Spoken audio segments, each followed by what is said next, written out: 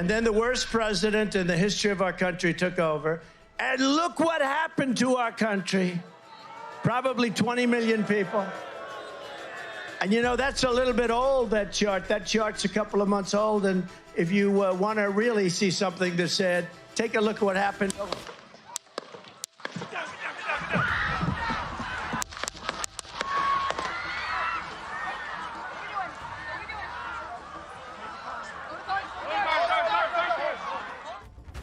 On July 13th, 2024, a sea of red hats and waving flags filled the rally grounds in Butler, Pennsylvania.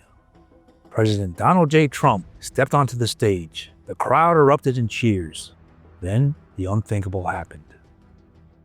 Shots cracked through the air. One man was killed instantly, others fell wounded, and the president staggered back with blood running down his face. In seconds, the nation was thrown into chaos. The shooter? A 20-year-old named Thomas Matthew Crooks, a quiet, brilliant, seemingly ordinary young man who carried an AR-15 onto a rooftop and tried to change history with the pull of a trigger. Within moments, he was dead, silenced by a Secret Service sniper. But how did he get so close in the first place? And how come, over a year later, with the FBI, the Secret Service, and Congress all investigating, we still know nothing? And why is this story being buried? Let's try and find out. Hello, I'm Mike Droberg, a Marine Corps veteran and filmmaker, and we will try to answer these questions on today's episode of Forgotten History.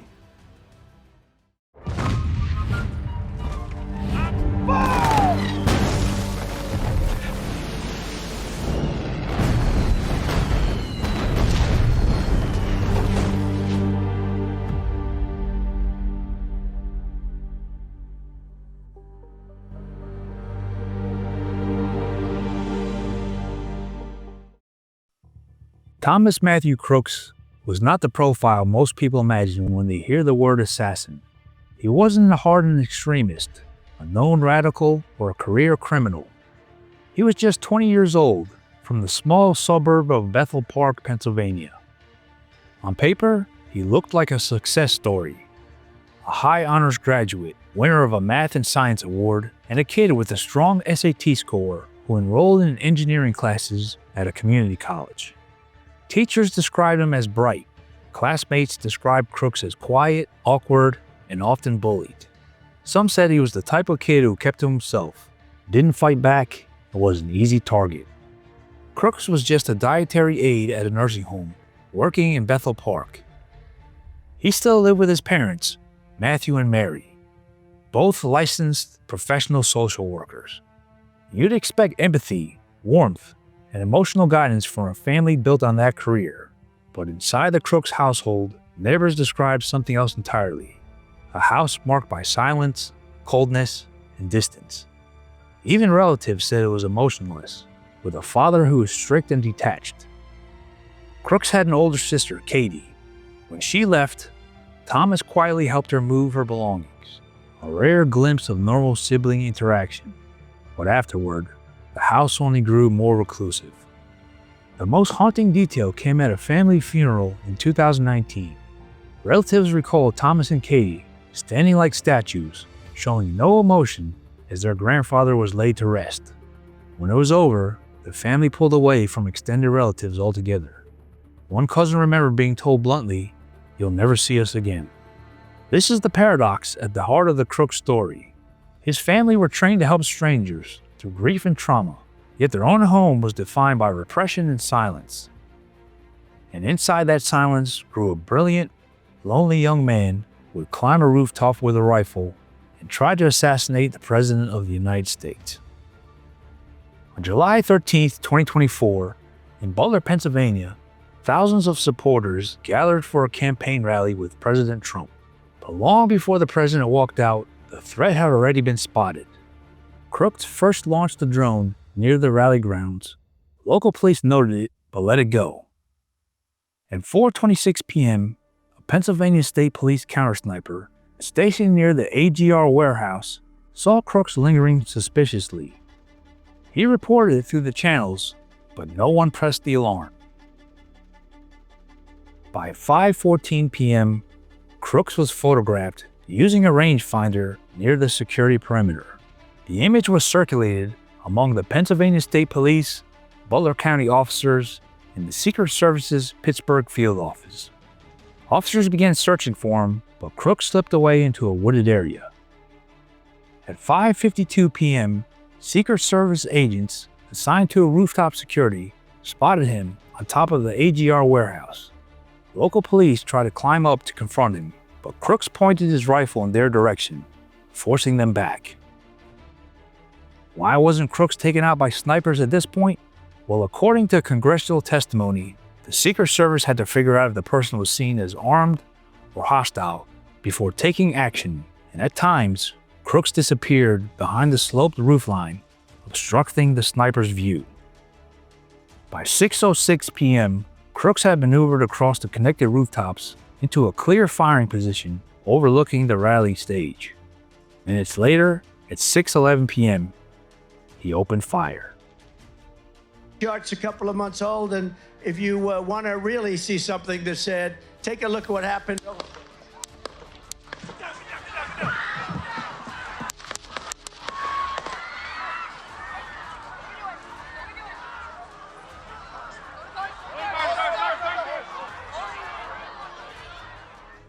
The first bullet grazed President Trump's ear. A second killed firefighter Corey Compertori as he shielded his family. Two more men were critically wounded as chaos ripped through the crowd. Only then did a Secret Service counter-sniper fire back, killing Crooks instantly. The rooftop was silent, but the failure was deafening, because Crooks had been flagged by nearly every agency on site: the local police, state police, federal agents, and yet still managed to pull the trigger on the President of the United States. In the hours after the shooting, FBI agents swarmed the Crooks family home in Bethel Park. What they found inside turned the mystery darker. Crooks' bedroom wasn't just a student's space. It was a workshop for destruction. Agents discovered explosives, bomb-making chemicals, and improvised devices. He had ordered volatile compounds online, stockpiled gear, and experimented in private. This wasn't random, it was planned. But the most compelling evidence came from his electronics. Investigators seized multiple cell phones, a laptop, USB drives, and hard drives. Within 40 minutes of the attack, the FBI had already decrypted his primary phone. What they uncovered were thousands of images and searches.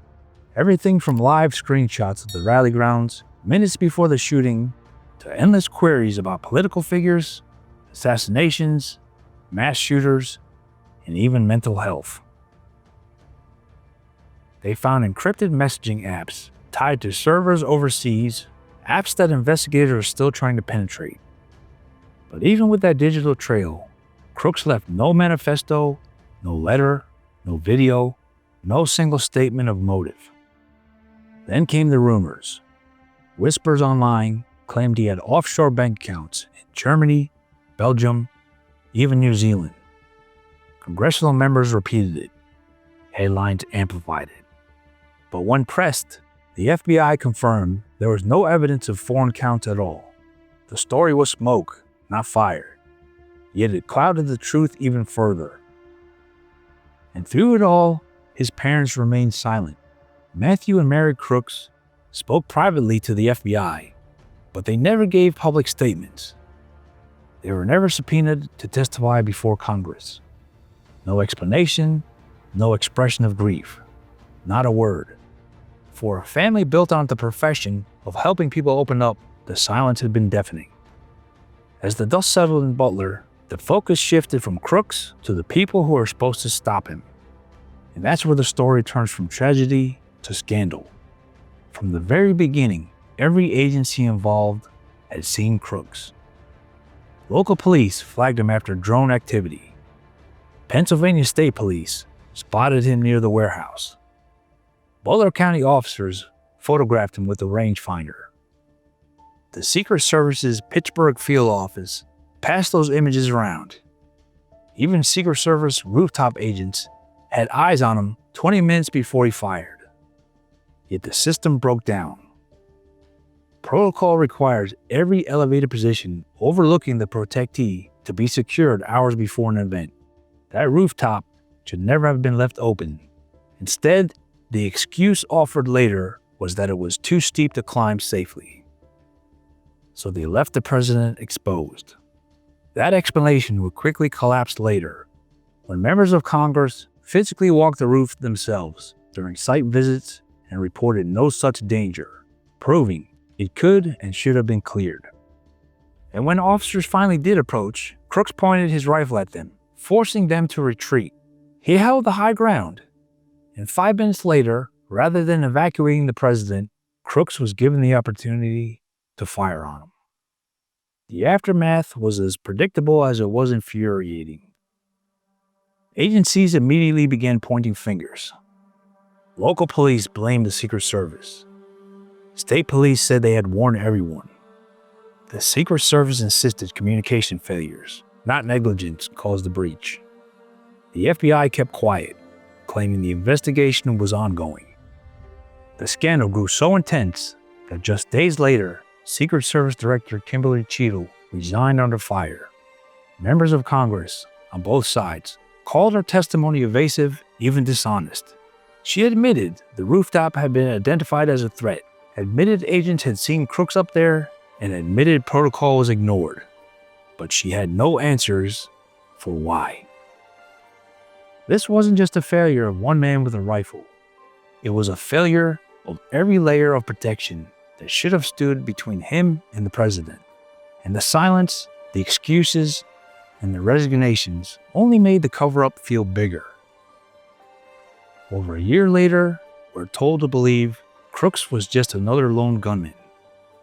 A quiet nursing home aide who stockpiled bombs, carried multiple phones, hid behind encrypted apps, slipped past every layer of security, and nearly killed the President of the United States. His parents have disappeared into silence. The FBI cracked his phones, seized his devices, raided his home, and yet the official line is still, "We don't know." So what are we missing? Was Crooks simply a broken man, or was he programmed?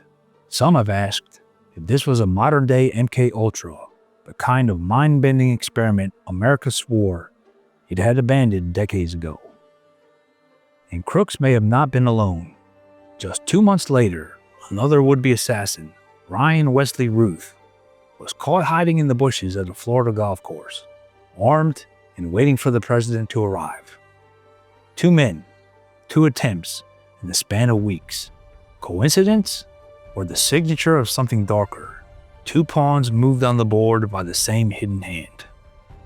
Or was it political?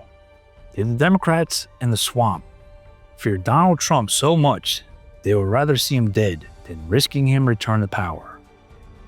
Because here's the truth. Every agency on the ground saw Crooks before he pulled that trigger. Every safeguard failed. And when it came for answers, all we got was silence, excuses, and the resignation of the Secret Service director. Maybe Crooks was just one more loner who snapped. Or maybe he was something else. A pawn, a patsy, or a weapon placed exactly where he was meant to be. And that's the real cover-up. Not just what happened on July 13th, 2024, but why, in the most surveilled country on earth, we still know nothing. Let us know your thoughts in the comments below. Thank you for watching Forgotten History. Please like, share, and subscribe. If you have any comments or show ideas, we'd love to hear from you. Thanks again.